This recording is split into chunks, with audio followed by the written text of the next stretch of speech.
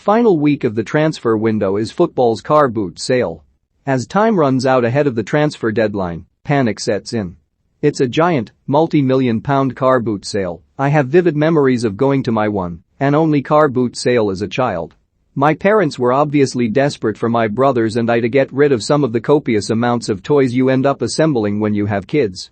I remember being initially reluctant to consider displaying anything just in case I wanted to play with it again.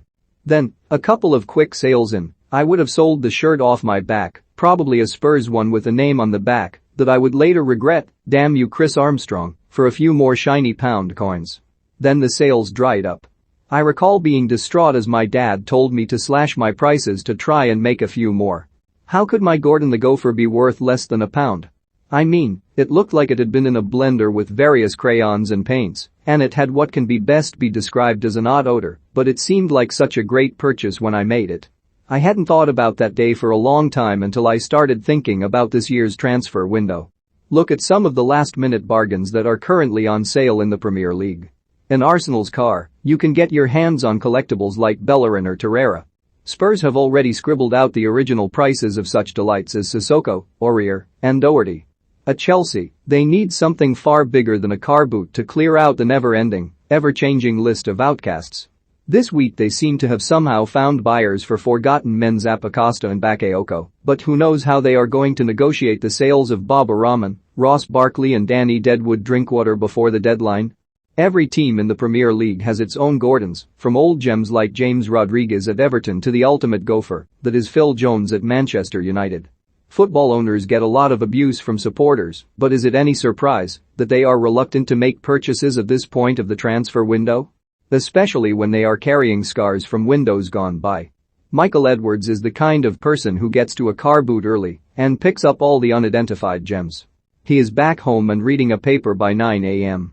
But even Liverpool are still left trying to offload Loris Karius, Takumi Minamino and Divock Origi in the last week of the transfer window. Edu, on the other hand, is clearly an all-day car booter and is willing to take a risk on some of the lots that look slightly less appealing. After bringing in Pablo Mari, Cedric, and Willian last year, is it any surprise that the Arsenal board want to sell a number of players before carrying on their mission to create the fourth, it is Arsenal, best under-23 team in the country? So, why is it that selling players has become so much more difficult? It always used to baffle me how literally the term one man's trash is another man's treasure was taken by Premier League teams. There seemed to be a school of thought with top-flight sides that buying a player, any player, from a team above you in the league, was a great idea. It really is the only explanation how players like David Bellion, Eric Jemba and Jesper Blomqvist got moves to Premier League clubs after leaving Man United.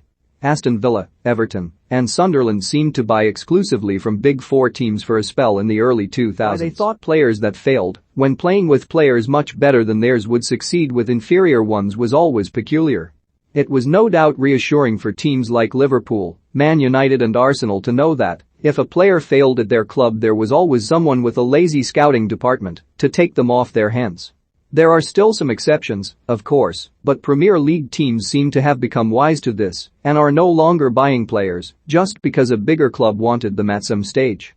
There are better bargains to be had in other leagues around the world, and fans now are far more excited about a player they haven't seen the reality of in the Premier League. It's more fun to have that initial hope built up by reading positive quotes from foreign experts like Tim Vickery and Terry Gibson and supplementing that with some YouTube compilations than seeing your club is signing a Premier League reject. There is a reason even Sean Ditch is pursuing Maxwell Cornet at Lyon rather than playing it safe with Acid Kolasinac. The other obvious reason is the wages.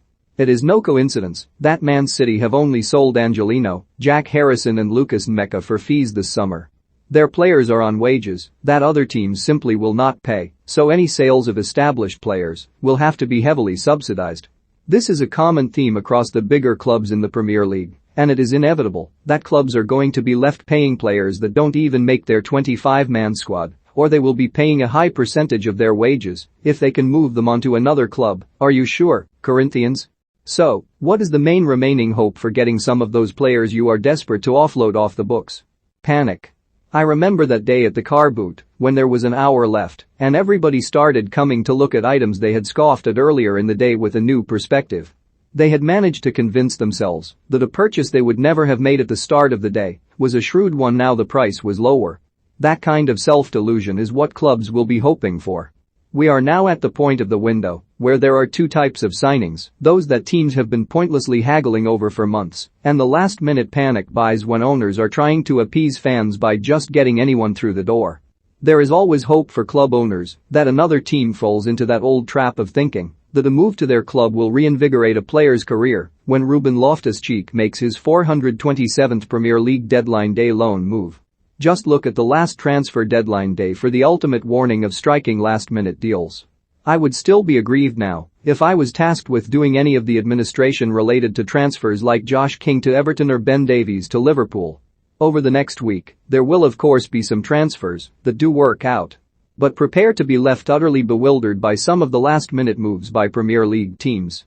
Because panic, fan pressure and upcoming deadlines affect decision-making. How else do you explain Everton buying Alex Iwobi from Arsenal for £35 million? 35 million. Every year there are countless Moussa Sissokos, Paul Koncheskis and Andy Carrolls, players that move from one team's metaphorical car boot to that of another team. One man's trash is another man's trash too. You just have to hope they don't realize they've got a Gordon until it's too late. Steve Sanders, follow him on Twitter.